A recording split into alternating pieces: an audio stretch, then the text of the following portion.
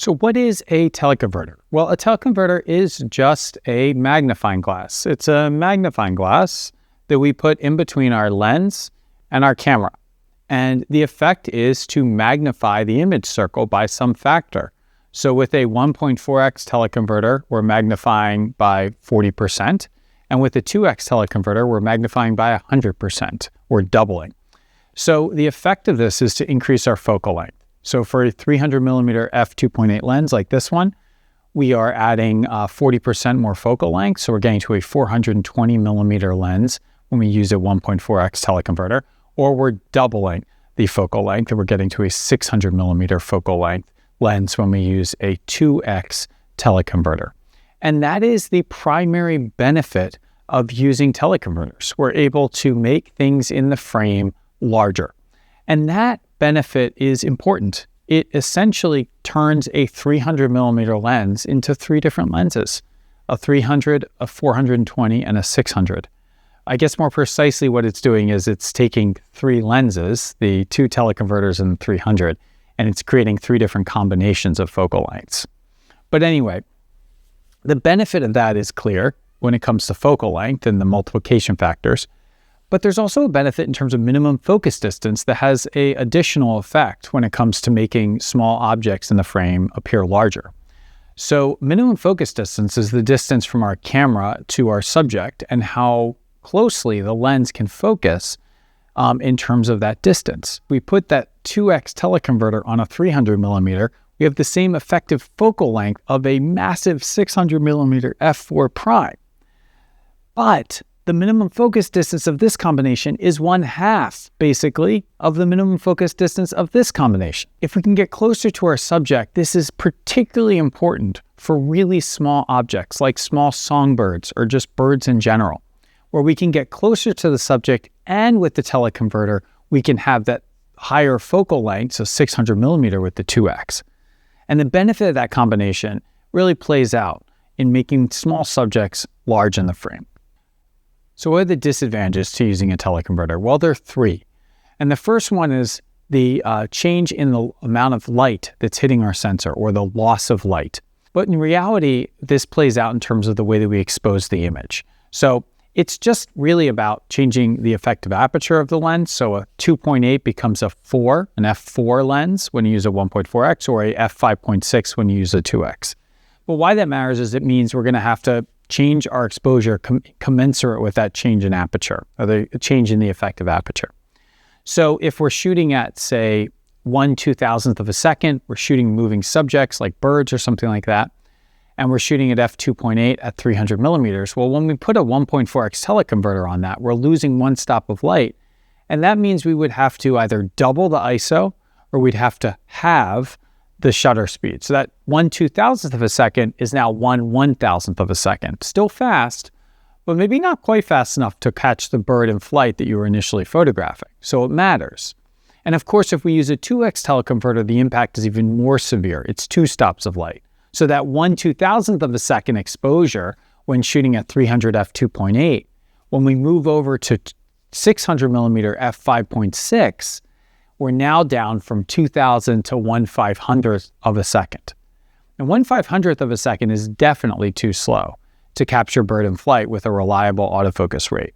Now, second thing that we need to care about is image quality. There is image degradation when we use a teleconverter. Why is that? Well, we're magnifying all the imperfections that are in our lens. And if you take a lens like this that's darn near perfect, bare at 300 millimeter f2.8, there are some problems with that lens. There just have to be. No lens is perfect. And any of those little things, they're a tiny bit of like chromatic aberration, or maybe a little bit of less lack of sharpness in certain extreme uses, and things that would only become apparent when you're shooting at like 100 megapixels or something like that, when you're shooting this thing bare wide open. When we put the 1.4x or the 2x teleconverter, we're magnifying those imperfections. And this lens, because it's so good, really takes the teleconverters quite well, meaning there isn't a big loss of image quality. But there is some when you're shooting at with the 2x teleconverter, and it is clear that there is a loss of image quality. So there is definitely important disadvantages when it comes to image quality that have to be considered when using teleconverters. And that's why some people have historically just said crop instead of using a teleconverter, though I would sort of beg to differ with those folks when it comes to new lenses that are taking the teleconverters exceptionally well, where there really is an advantage to using a teleconverter over cropping because you maintain your resolution of the native sensor and you don't have to crop into that sensor to get the effective focal length that the teleconverter would provide. And the final thing that is sometimes an issue with teleconverters is autofocus speed. And autofocus speed does decrease with teleconverters. There's no question about that. Again, I see this as less of an issue now that we're going forward in time.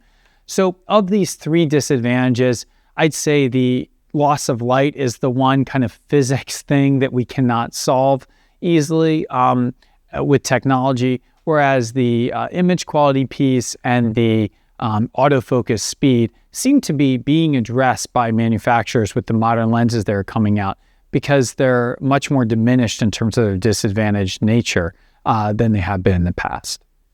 So why should we test two or more teleconverters when we're picking one? Well, the first reason why is because these things are just lenses. So, as you might have experienced in your case, some lenses are sharper than others. Even the same lens, you might get one copy that's better than another copy. And so that same thing plays out with teleconverters. And you want the best teleconverter that you can buy, and that's a good reason to test more than one lens. But that kind of would go for any lens, to be honest with you, that it might always be beneficial to test your lens or test more than one.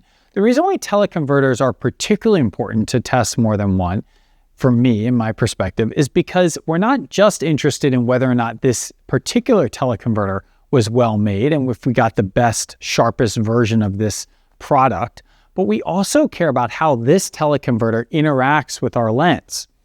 So if you take your lens also has imperfections, right? And there are little things about your lens that might be a little bit different than someone else who has the exact same lens.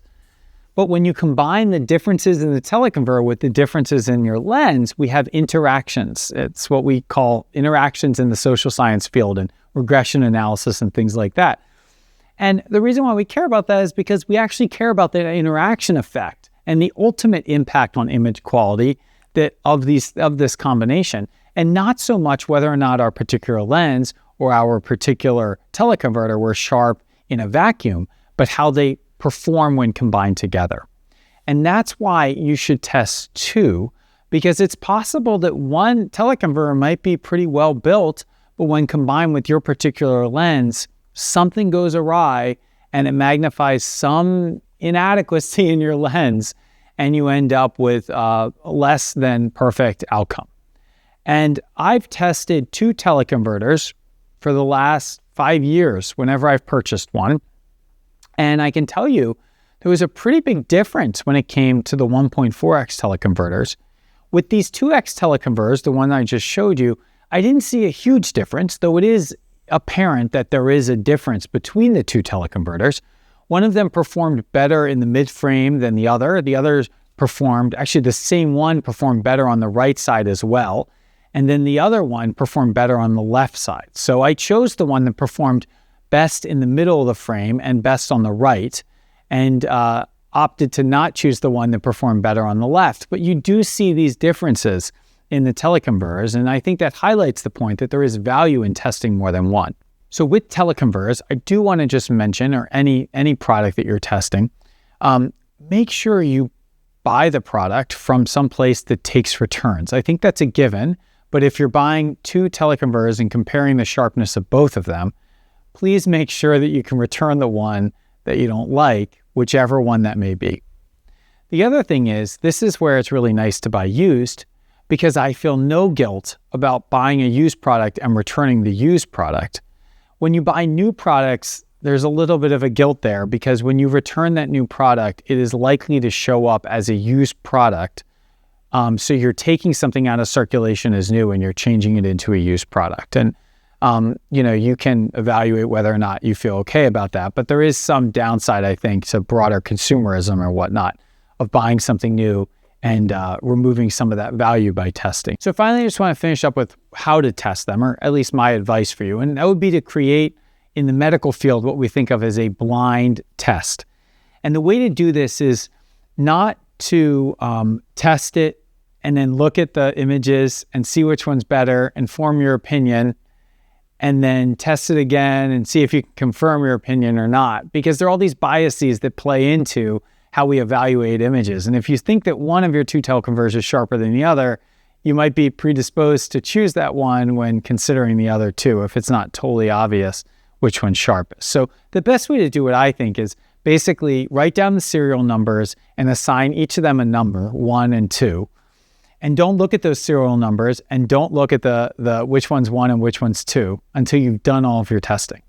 So test your teleconverter and lens combination in a couple different scenarios. Bring those tests, making sure you track which lens is which, right? So which was the first one you tested, that's 1, and which one's the second. And then compare those results in Lightroom or whatever you're using and see which one's sharper. And only then and after then, when you've concluded 1 is sharper than 2 or 2 is sharper than 1, or they're not different, it doesn't really matter. Only at that point should you convert those 1 and 2s into serial numbers and which actual product you're likely to keep. And that's the way I've done it.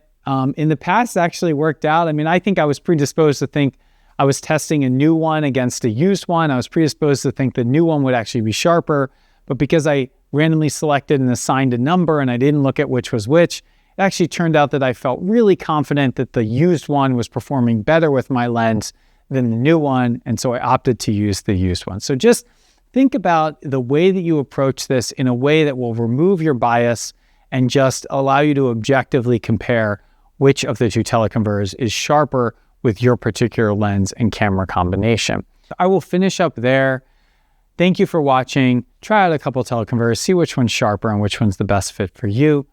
And best of luck to you in the field. Don't forget to get outside, and I'll see you in the next video.